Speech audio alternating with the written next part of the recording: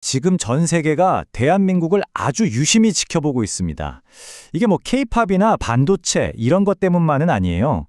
인류 역사상 그 누구도 가보지 못한 길, 바로 인구 소멸이라는 거대한 사회적 실험이 바로 이곳 한국에서 벌어지고 있기 때문입니다. 이건 단순히 한 나라의 위기를 넘어서요. 어쩌면 우리 모두의 미래가 될 수도 있는 그런 이야기입니다. 자, 화면에 숫자 하나가 딱 보이죠? 0.72. 이게 뭘 의미하는 숫자일까요? 바로 2023년 기준 대한민국 여성 한 명이 평생 낳을 것으로 기대되는 아이의 수, 합계 출생률입니다. 이건 뭐 전 세계 모든 국가를 통틀어 압도적인 꼴찌입니다. 이 숫자가 얼마나 심각한지는 이 한 문장으로 그냥 설명이 끝납니다. 포탄이 오가는 전쟁터보다 아이의 울음소리를 듣기가 더 힘든 나라. 이게 그냥 비유가 아니고요. 지금 대한민국의 현실을 알리는 가장 강력한 경고등이라고 할 수 있겠죠. 자, 그럼 첫 번째 파트입니다. 전례 없는 인구 위기. 이게 단순히 인구가 좀 줄어드는구나 이런 차원의 문제가 절대 아닙니다. 한 사회의 뿌리 자체가 흔들리는 실존적인 위기가 어떻게 시작됐는지 그 현실부터 한번 제대로 마주해 보겠습니다. 보통 한 사회가 지금의 인구수를 그대로 유지하려면요. 출산율이 최소 2.1은 되어야 한다고 해요. 그런데 지금 대한민국의 현실은 어떻죠? 0.72입니다. 필요량의 3분의 1에도 미치지 못하는 거죠. 말 그대로 사회가 스스로를 재생산할 수 있는 동력을 거의 상실해버린 상태라고 볼 수 있습니다.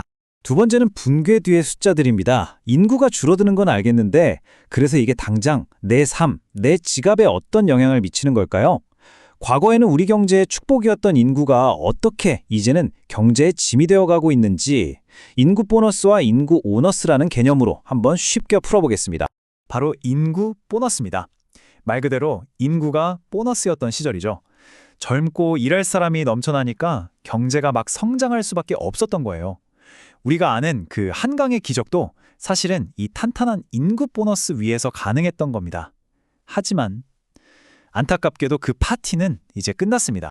네, 보너스 시대에 파티가 끝나면 뭐가 날아오죠? 바로 청구서입니다. 그게 바로 인구 오너스예요. 이제 인구는 더 이상 성장의 동력이 아니라 오히려 경제의 발목을 꽉 잡는 아주 거대한 짐이 되어버렸다는 뜻입니다.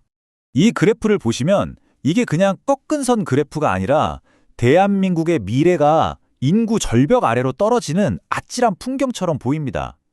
2020년에 정점을 찍은 인구가 불과 50년 만에요. 무려 1,400만 명 이상이 그냥 사라진다는 예측이에요. 이게 어느 정도냐면 지금 서울시 인구의 약 1.5배가 지도상에서 증발해버린 것과 마찬가지입니다. 세 번째 파트입니다. 출산율은 왜 추락하는가? 그럼 도대체 왜 대한민국 젊은이들은 아이를 낳지 않기로 결심하게 된 걸까요? 그 복잡하고도 아픈 사회 경제적 이유들을 한번 깊숙이 들여다보겠습니다. 지금 젊은 세대들은 이 그림처럼 거대한 압박에 짓눌려 있다고 볼 수 있어요. 불안정한 미래, 천정부지로 솟아버린 집값, 일과 삶의 균형은 무너진 지 오래고 아이가 태어나는 순간부터 정말 끝도 없는 무한 경쟁에 뛰어들어야 하잖아요. 이 모든 무게를 짊어지고 아이를 낳아 키운다는 건 이제 평범한 선택이 아니라 거의 영웅적인 결단이 되어버린 거죠. 물론 정부가 손 놓고 있었던 건 아닙니다. 지난 16년 동안 무려 380조 원, 달러로 하면 2,700억 달러라는 정말 천문학적인 돈을 쏟아 부었어요. 근데 결과가 어땠을까요? 보시는 것처럼 출산율 하락을 막기는커녕 그 속도조차 늦추지 못한 사실상 처참한 실패였습니다. 이런 차가운 통계 뒤에는 한 세대의 깊은 절망이 담겨 있습니다. 이 문장을 보세요. 결혼과 출산을 선택이 아닌 포기의 영역으로 밀어놓고 있다. 이건 그냥 분석 보고서에 나오는 문장이 아니라요. 지금 이 시대를 살아가는 젊은이들의 아주 아픈 목소리 그 자체입니다. 네 번째 파트, 가장 빠르게 늙어가는 사회입니다. 인구 문제라는 동전에는 양면이 있잖아요. 한쪽이 저출생이라면 그 반대편에는 바로 고령화가 있습니다. 새로운 세대는 오지 않는데 기존 세대는 역사상 가장 빠른 속도로 늙어가고 있다는 거죠. 이 타임라인 한번 보시죠. 전체 인구 5명 중 1명이 노인인 사회를 초고령 사회라고 하거든요. 여기까지 가는데 걸린 시간을 보면 프랑스는 39년, 우리랑 상황이 비슷하다는 일본도 10년이 걸렸습니다.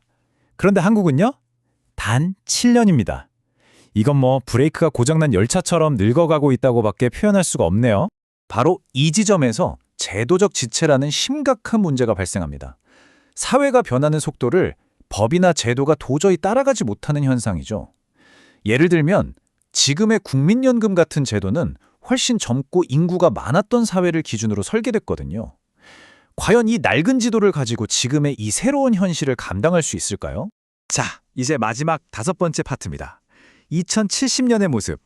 만약 지금 이 추세가 계속된다면 불과 50년도 채 남지 않은 미래의 대한민국은 과연 어떤 모습일까요? 통계가 보여주는 미래는 솔직히 꽤나 충격적입니다. 2070년의 인구 구조를 한번 보세요. 일하는 사람, 즉 생산 연령 인구가 46.1%인데 은퇴한 노인 인구가 46.4%입니다. 일하는 사람보다 부양받아야 할 노인이 더 많아지는 인류 역사상 어떤 나라도 경험해보지 못한 역전현상이 벌어지는 겁니다.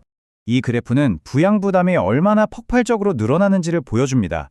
일하는 사람 100명의 노인 몇 명을 부양해야 하는지를 나타내는 노년 부양비라는 게 있는데요. 2020년에는 약 22명이었는데 2070년에는 100명을 훌쩍 넘깁니다. 부담이 거의 5배 가까이 늘어나는 거죠. 사실상 젊은 사람 1명이 노인 1명을 1대1로 책임져야 하는 시대가 온다는 뜻입니다. 2070년이 되면 한국의 중위 연령은 62.2세로 예측됩니다. 이게 무슨 뜻이냐면요. 전 국민을 나이 순으로 쫙 줄 세웠을 때 가장 가운데 있는 사람의 나이가 62세라는 거예요. 다시 말해 국민의 절반 이상이 환갑을 넘긴 사회가 된다는 거죠. 그래서 우리는 이 질문을 던질 수밖에 없습니다. 보통 사회는 젊은 세대가 든든한 기반이 되어주잖아요. 그런데 그 인구 피라미드가 완전히 거꾸로 뒤집혔을 때, 젊음이 아닌 늙음이 사회의 기반이 되어야 할 때, 과연 무엇이 이 사회를 지탱할 수 있을까요? 정말 어려운 질문입니다. 여러분의 생각은 어떠신가요?